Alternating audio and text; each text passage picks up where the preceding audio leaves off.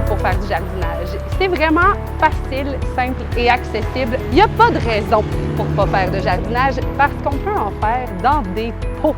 Alors, on est aujourd'hui en direct du Coin Gourmand à Saint-Amable. Je suis en compagnie de Natacha d'Eco-Gaia. Alors, Natacha, c'est simple faire du jardinage parce que là, autour de nous en ce moment, on a des bacs et il y a des choses qui poussent et c'est pas à même la terre. Donc, on peut utiliser toutes sortes de contenants pour faire du jardinage. Oui. Parle-moi donc de ce que tu as entre les mains. Ici, on a aussi un bac à double fond et on a des bacs en bois. Donc, quelles sont les différentes options à notre portée et quels sont les avantages aussi d'utiliser cette forme de jardinage-là? OK. Bien, Marjolaine, c'est ça. Je vais commencer par les avantages. En fait, une des raisons pourquoi les gens font du jardinage en bac, c'est parce que souvent les gens n'ont pas nécessairement accès à un terrain. Donc, c'est difficile de planter en pleine terre. Donc, on va faire ce qu'on appelle la culture hors sol. Ça peut être sur le patio. Ça peut être justement sur un toit aussi. Ça peut être dans une entrée de stationnement. Peu importe, les gens vont faire de la culture hors sol. Une des raisons aussi pourquoi les gens font de la culture hors sol, c'est parce que parfois le sol est contaminé. La terre n'est pas nécessairement très bonne. Ça peut être également des racines d'arbres. Ça peut être parce que l'espace est à l'ombre. Puis là, on cherche le peu de soleil dans notre environnement. Donc, il peut y avoir différentes raisons pourquoi on fait la culture en bac. Puis c'est quand même esthétique aussi. Certains peuvent faire ça comme ça. Génial! Donc, c'est sûr qu'il y a différents types de bacs. Tu me demandais un peu d'en parler. Là, on est assis sur un espace, justement, au Coin Gourmand à Saint-Amable. Donc, on a des bancs avec des bacs en bois. Donc, on peut mettre pas mal de tout dans ces contenants-là. Là, on voit ici qu'on a des fines herbes, on a des fleurs comestibles. Puis, c'est intéressant parce qu'on peut mettre autant des annuelles que des vivaces. OK. Donc, ce qui est intéressant, c'est le côté esthétique de ces contenants-là, mais c'est aussi le fait qu'on puisse bien les isoler, puis qu'on puisse, par exemple, à l'hiver, laisser les vivaces en place. Donc, c'est quand même intéressant. Donc, même si c'est en bac, ça va repousser l'année suivante? Si c'est une vivace, en fait. OK. Puis, idéalement, on s'assure de bien isoler ces bacs-là à l'intérieur. Mais ça a généralement quand même un succès. Là, ça va revenir d'une année à l'autre, puis à la limite, on peut abriter les plantes, tout ça. Mais on voit que ça fait un aménagement qui est joli, puis on peut récupérer du bois, puis on peut avoir des bacs de différentes matières.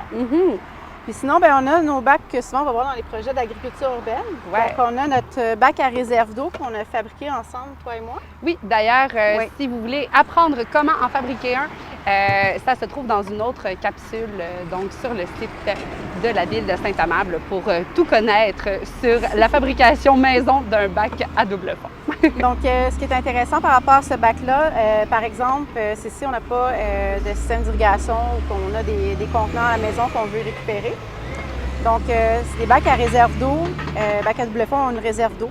Les plantes, par capillarité, vont aller chercher les racines, avec leurs racines l'eau dans les réserves. Donc, c'est intéressant parce qu'on limite l'arrosage. Puis, l'eau s'évapore moins rapidement aussi. Puis, c'est une façon de faire des économies en eau qui sont intéressantes. Puis, on peut mettre ça également sur des balcons, dans des stationnements ou dans le c'est vrai, tout à fait. Et c'est ça, c'est pratique aussi si vous avez un peu l'âme bohème estivale, donc que vous prenez souvent des vacances et tout ça, c'est quand même une gestion, on ne se mentira pas. Avoir un potager, un jardin, il faut quand même s'en occuper de façon récurrente.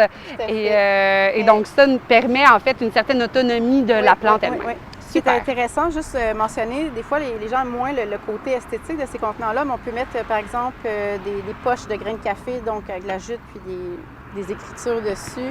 T'sais, on peut les recouvrir avec quelque chose, on peut peinturer, donc on peut les arranger à notre goût. Ah oui, vraiment. Pour que ça cadre bien dans notre aménagement pour les esthètes. Donc, c'est intéressant comme bac.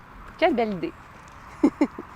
Puis, on a nos Smart Pots ici, comme ça. C'est des contenants en géotextile recyclés.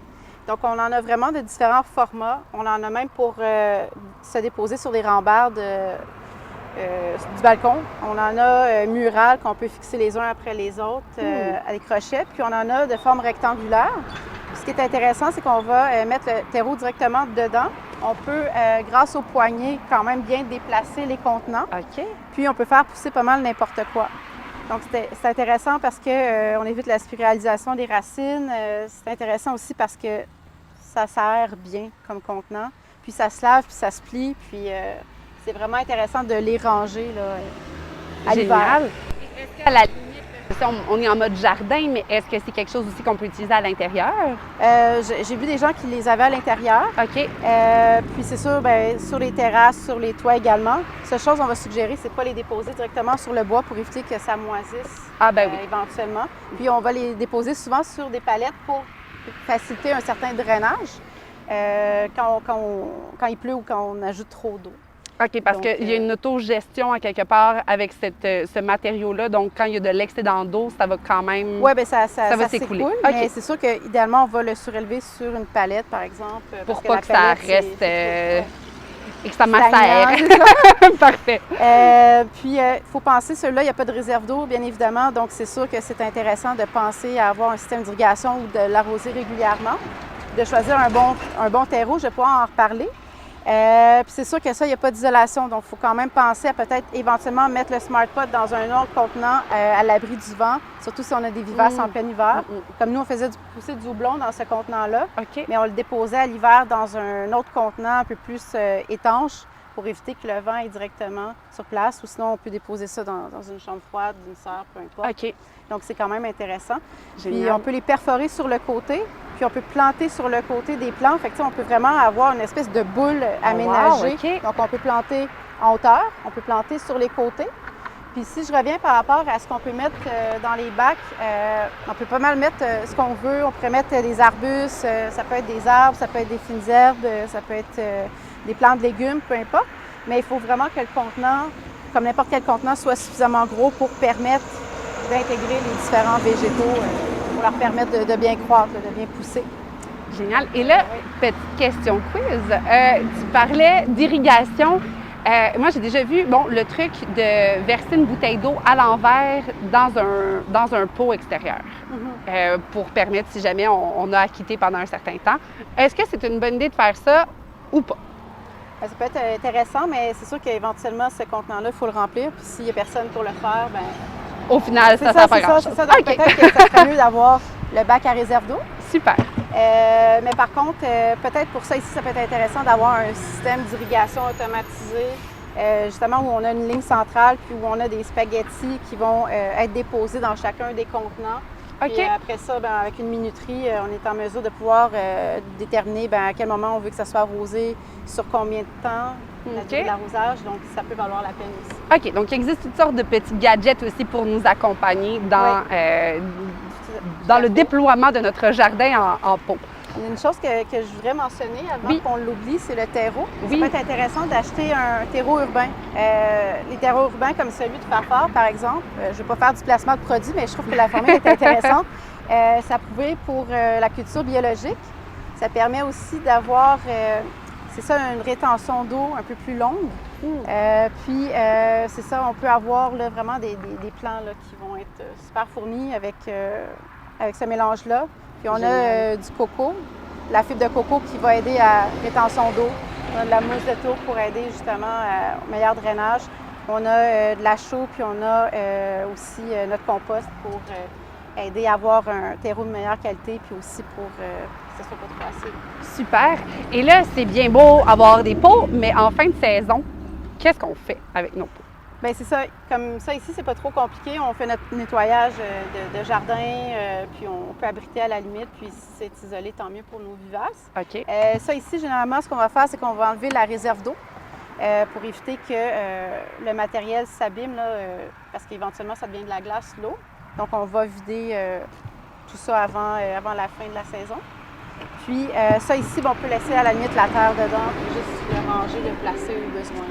OK. Oui. Donc, c'est vraiment super pratique et une fois de plus, vraiment, ça fait qu'on n'a pas d'excuses pour ne pas faire de jardinage à la maison. C'est vraiment des super belles idées. Et si vous souhaitez avoir encore plus d'idées sur comment jardiner, sur quoi faire avec vos plantes, eh bien, rendez-vous sur le site web de la Ville de Saint-Amable ou sur notre page Facebook également. Donc, pour plein d'idées, astuces et conseils. Et je vous souhaite un très bon jardinage, tout le monde.